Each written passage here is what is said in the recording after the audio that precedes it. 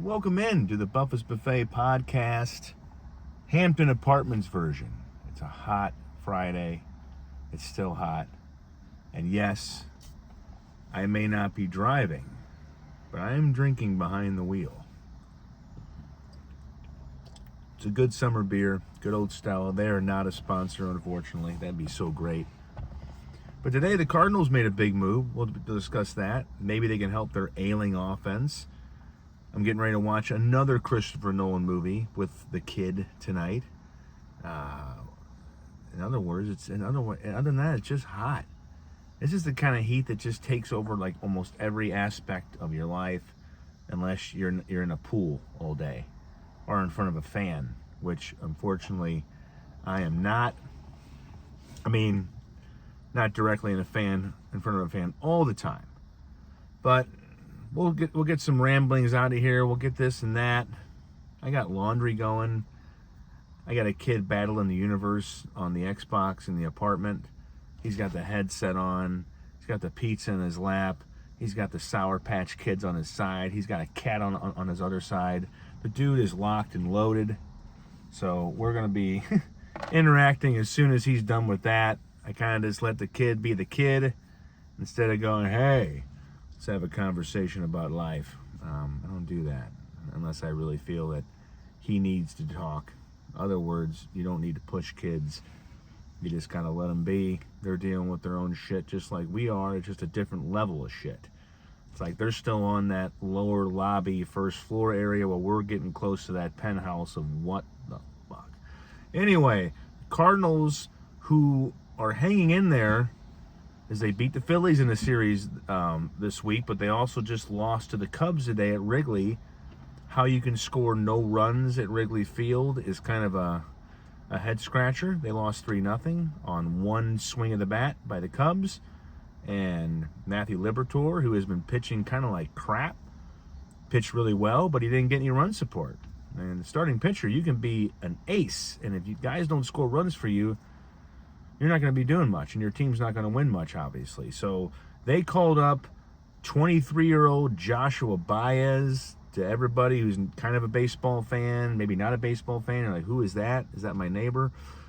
He is probably one of their top hitting prospects. He is at Memphis this year. He has been at Memphis. He has 34 home runs in 103 games. He hit a decent amount last year, and then the year before, he's been going up through the level. He's been at A-ball and AA, and now at AAA, and now he's at the big leagues. And the Cardinals, as the call-ups kind of become a thing, that's what happens at the end of August, and then in September, when the rosters expand and they can call up more young players, this is going to become a thing. But the Cardinals are doing this early because I think they really need the runs. I mean, when you're kind of hanging around the wild card, I don't think Chaim Bloom is really thinking that his team is going to seriously push for a playoff spot. But if you're that close, you got to make an effort and also get an answer about what this guy can do with major league pitching. And he's been bashing the crap out of the ball. And the impressive part about him at Memphis is his strikeout rate is only 29% for a slugger who is going to be up there ripping, essentially gripping and ripping, trying to hit those home runs. Not trying, but that's his thing. He's got power. The guy is slugging .580 this season. That is very good. .480 is pretty good. That means, 58% of the time the guy is bashing the baseball for extra base hits. He has 22 home runs and 34 doubles. He has drawn about 37 walks. He is 23. He is new, completely new. And yes, when you call him up, you start the clock. You can, that means the clock as far as his control. There's arbitration years. I think it's 6 years the team has once that clock starts. So he's in the Cardinals' control for a while, but that clock has officially begun when he comes up tomorrow for the Cubs game. And what a great place to start if the air is thin and it's hot and the ball is going to be flying, hopefully, for a young slugger like Joshua Baez to hopefully come up and bash the Cubs around a little bit. He gets to play in an historic ballpark, one of the oldest ballparks, one of the originals that's still around, and he also gets to play the rival, and he gets to play in some important games, but not really important. Sorry, the beer burps are there, and they're going to continue because You can't let beers get warm at all. A Stella Artois, if you let this get warm, it kind of starts to become tasting like beer piss. Warm and, drinkable, but not like enjoyable drinkable. So we got a timer on this thing. So this is not brought to you by, I wish it was. I would not be driving Uber if I had that Stella money coming in. Ah! But the Cardinals offense is definitely yelling that because they need something. They're not hitting. They have, a little burst of offense, but their pitching needs the help. So this will definitely give them a boost, and they can find out what the kids got. What they don't need is a terrorist named Bane to come pound on their door, which is what me and Vinny are going to be watching tonight. We watched The Dark Knight last weekend. He had never seen The Dark Knight. 18 years, and my kid, who's going to be turning 15 in less than a month. Okay, scratch that. He is turning 15 in a month. Mind's blown. I'll pick it up after I'm done doing this podcast. But we're going to watch Dark Knight Rises tonight. And I will say this, I was thinking about it today. While I love Heath Ledger's Joker, I got to arguably say that altogether, The Dark Knight Rises is probably arguably my favorite Batman movie. I like the Keaton movies. The other ones are kind of cheeky and tongue-in, kind of fun, bad fun, like the Clooney one, the Kilmer one, and Batman Begins and Dark Knight are great, but man, there's something about the finale of Christian Bale's Batman. You have the Tale of Two Cities monologue at the end. You have so much going on, and yes, it is 7, it's almost 8 o'clock, and I am still kind of pouring out sweat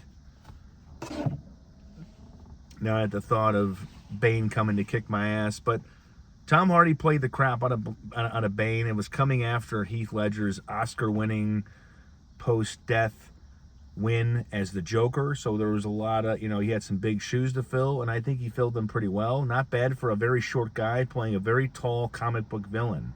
In the comics, Bane is like The Rock, but Christopher Nolan's not going to get The Rock to play him. He got Bane. You got Tom Hardy, who adopted, I think, a German philosopher's voice. He said he just kind of went looking for voices, and he came up with this one. And of course, just like Ledger as the Joker, people weren't worried about that casting. When they first heard Hardy in the trailer, like, what is this guy saying? He sounded like he just was like, it's like he was kind of hard to understand. But then the movie came along, and the scene on the airplane where he's got the mask, and he's like, nobody cared who I was before I put on the mask. And then it just kind of took over, and he's a very terrifying villain. And if you've seen the movie, he kicks the shit out of Batman.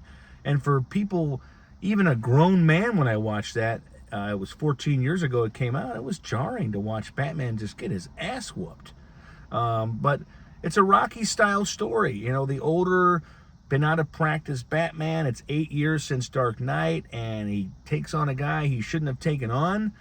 He should have fought some other guys first, and it's kind of a rise and fall and rise kind of movie. And it's the fight over Gotham. There's some great stuff with Michael Caine's Alfred, Gary Oldman's Commissioner Gordon, Anne Hathaway, really just playing the absolute crap out of, that's my neighbor, man. Pretty good, man. When you live in an apartment, you usually have a few people that you say hi to, and that's one of the guys, man. That guy is just like the sweetest, coolest guy. He'll just be coming out and go, man, what's up, man? How you doing? And he really cares. Some guys just go, yeah, how you doing? Go keep fucking walk on. But Anne Hathaway was also filling some shoes of Michelle Pfeiffer as Catwoman, and I think she played a very good part. Marion Cotillard, I hope I said her name right. She's in it, has a very interesting role. But it really comes down to Bale and Hardy, and it's just like the battle of the heavyweights. Hardy, as you've seen before, wins the first round, but then they do have a rematch, and I just think, when they do this movie and, Bane kind of takes over Gotham and it's under almost like a national Bane guard, they pretty much lock down the city, and then you have to hope that Batman makes a comeback, and that's where the fun part of the story is, because Batman gets his ass kicked, and then he has to heal, and he's got to figure out, how to beat this guy. And it's just got so many quotable lines, a lot of them by by Mr. Hardy himself. When he first fights Bane, he tries to throw up some light eliminating kind of fluorescent technology, and Bane is like, "Oh, you think darkness is your ally?" And he's like, "No." It's like telling Bruce Wayne's Batman, "You merely adopted the dark. He was born into it, molded by it," because Bane is a serious soldier, a fighter. And it's the first time, I think, in a Batman movie we've kind of been like, he's got a physical opponent. Like, the Joker was great, but he was more of a psychological, just a madman. He didn't care. Bane has a plan, he's smart, and he's tactical, and he is physically adept at beating the shit out of people. I mean, and that's what kind of makes this movie just a little bit of a different beast. And so it's still very enjoyable, as Nolan's latest masterpiece, The Odyssey, still hangs around theaters, still doing well. I cannot recommend this movie enough. Somebody asked me if I have to go watch Spider-Man Brand New Day or Odyssey. I said Odyssey, man. Brand New Day is good. It's very good. It's very enjoyable. You get Tom Holland and John Bernthal in both movies, so you just got to choose. I mean, The Odyssey is essentially Spider-Man trying to keep Batman from having sex with Catwoman, who's his mom, until Jason Bourne remembers who he is and comes home and saves the day, maybe. But it's also just a thrilling adaptation of Homer's The Odyssey.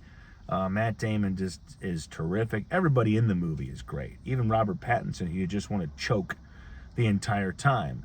But the movie, and John Leguizamo, who I really hope gets some Oscar contention because he is really good in that movie. But that's still out. But we're watching an older Christopher Nolan classic tonight, The Dark Knight Rises. We might just keep going, Inception, Insomnia, Interstellar. My kid has already watched and loved. I like it. He likes it more than I do. Got nothing against it. It just didn't hit me in the chest as hard as it did him. And of course, I'm wearing a Jason Statham, his last movie. Oh, beer burp. Shelter came out in January. It is a very good Statham movie. It's kind of like, it's better than The Working Man, but not as good as The Beekeeper, but it's still pretty good. His new movie, Mutiny, comes out this month on August 21st. I'm seeing that one on Tuesday. And he's been doing some really funny promotions for it. Now, he usually does promotions, but they're kind of bringing out his sense of humor, because he is a very funny guy. If you've seen Spy with Melissa McCarthy, he's very funny. And in this PR campaign, they have the big blown up Cole Reed, his character, on top of a big ship in Britain and in London under that big famous bridge, where he's saying it's ridiculously small. They didn't get his face right. In another video, he's making fun of the action figure they made. And another video, they're taking you behind the scenes. Because, man, with Statham, his action films, he's got them down to a science by now. I mean, the guy is just very good at it. When people go, "Oh, it's just him doing the same thing," why do we need him to do different?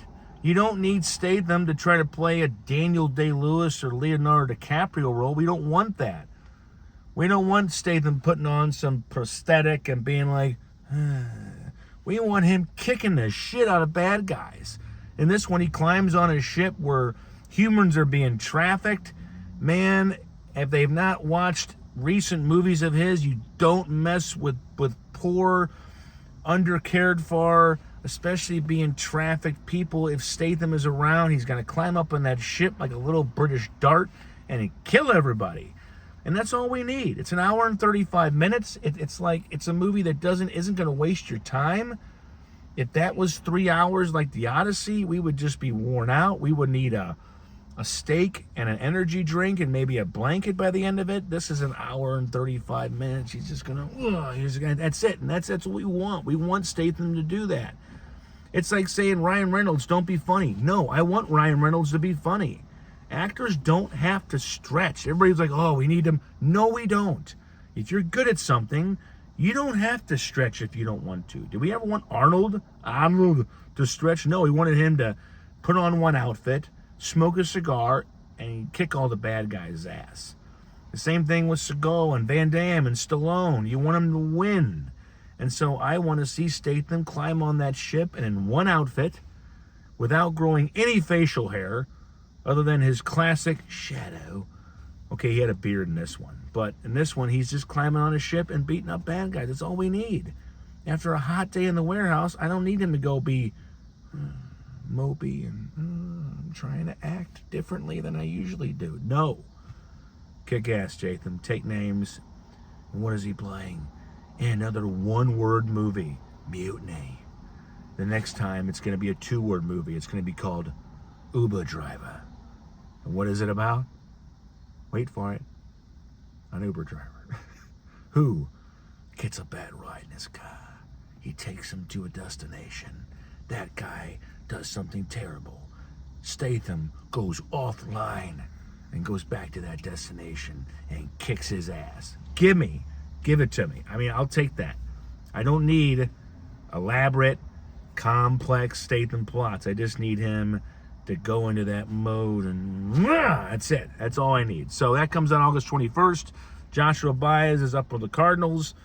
It's Nolan time at the Buffas, and I hope you have a really good weekend. You might see me again. You might read me. I might get behind the computer and write something. I haven't been writing a lot, like there'll be a little bit of a few paragraphs with this post, but I don't know. I just haven't. The podcasts are so easy to do, and the articles, I need a computer, I need a keyboard, and when I get home from work, I am just worn out. So I can do this, and that's just easier. So maybe you'll get more writing, maybe you're not. I'll keep you on your toes. I mean, a lot of you are just getting this stuff for free, so you can't really make too many demands. So if you want more paid written articles, then throw me a few shekels. If not, tolerate my face. I know it's a lot. Until next time, have a good night.